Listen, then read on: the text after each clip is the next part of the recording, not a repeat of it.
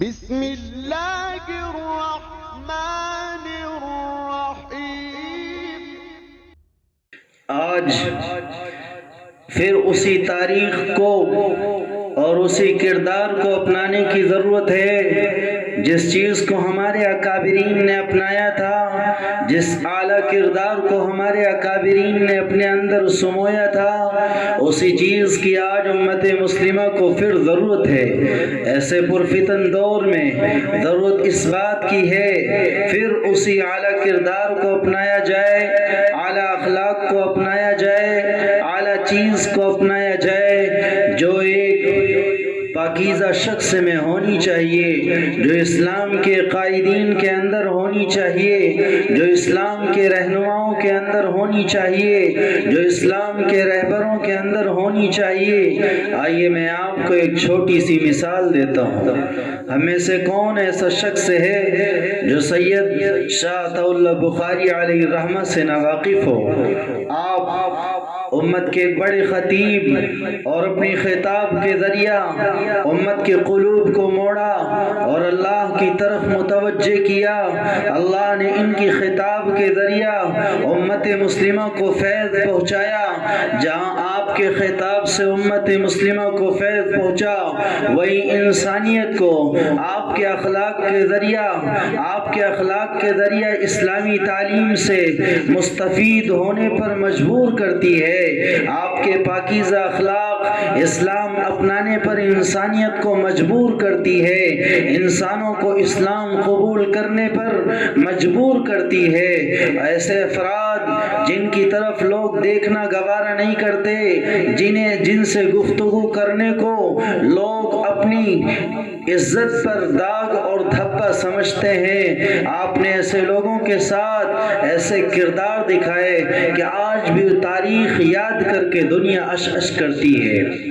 سید شاہ عطا اللہ بخاری علیہ الرحمہ ایک دفعہ لاہور میں مجلس احرار کے دفتر میں تشریف لائے۔ جب آپ نیچے سے اوپر جانے لگے تو ایک بھنگی اوپر سے گندگی لے کر نیچے آ رہا تھا۔ سیڑھیوں کے درمیان دونوں میں ملاقات ہوئی، بھنگی سمٹ کر دیوار کے ساتھ لگ گیا کہ شاہ جی آسانی سے گزر سکیں۔ جب اللہ کے ولی کی نظر بھنگی پر پڑی تو اس سے کہا، یہ ٹوکری نیچے رکھ کر اوپر آ جاؤ، میری بات سن لو۔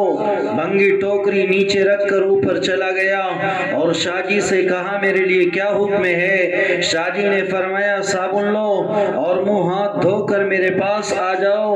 اس نے ایسا ہی کیا۔ شاہ جی نے اسے اپنے پاس بٹھایا، کھانا منگوایا، لقمہ توڑ کر سالن میں ڈبویا اور اس کے منہ میں ڈال دیا اور پھر اس سے کہا، میں ایک لقمہ تم کو توڑ کر سالن میں کھلایا ہوں، ایک لقمہ تم توڑ کر مجھے کھلاؤ اور میرے منہ میں ڈال دو۔ وہ بھنگی بڑا حیران اور حیرانگی سے شاہ جی کی طرف دیکھنے لگا۔ شاہ جی نے اس سے کہا، بھائی انسان ہونے کے ناطے آپ میں اور مجھ میں کیا فرق ہے؟ گندگی تمہارا کام ہے، تم اس مکان کی گندگی صاف کر رہے ہو جبکہ میں پوری قوم کی گندگی صاف کر رہا ہوں۔ اس نے لقمہ اٹھایا اور شاہ جی کے منہ میں ڈال دیا اور کہا، شاہ جی یہاں بیٹھے رہیں۔ میرے بھائیوں، کسی کے منہ میں لقمہ اٹھا کر ڈال دینا اور ایک ایسا شخص جس کی سماج میں کوئی اہمیت نہ ہو، سماج میں کوئی مقام نہ ہو، سماج ایک گھناؤنی نگاہ سے ایسے افراد کو دیکھتی ہو۔ شاہ جی جیسی شخصیت جس پر ہزاروں نہیں لاکھوں انسان گرویدہ اور فریفتہ ہیں، جن کی آواز پر لاکھوں لوگ لبیک کہنے پر تیار ہیں، ایسی ہستی، عظیم الشان ہستی، جب وہ اپنے مبارک اپنے ہاتھوں سے کسی ایک بھنگی کے منہ میں لقمہ ڈال دے، اس آدمی کی حیرانی کا عالم کیا ہوگا کہ اللہ اکبر۔ میں وہ جس سے کوئی بات کرنے کو تیار نہیں، اور ایک یہ شخص جو میرے منہ میں اپنے ہاتھوں سے لقمہ کھلا رہا ہے۔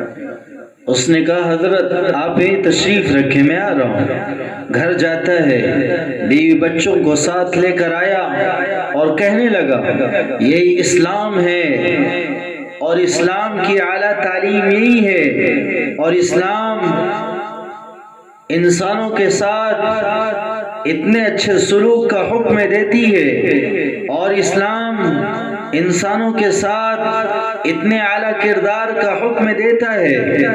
ایسے اسلام کو میں اپنے سینے سے لگاتا ہوں۔ شاہ جی یہ میرے بال بچے ہیں، آپ انہیں بھی کلمہ پڑھوائیے اور مجھے بھی کلمہ پڑھوائیے۔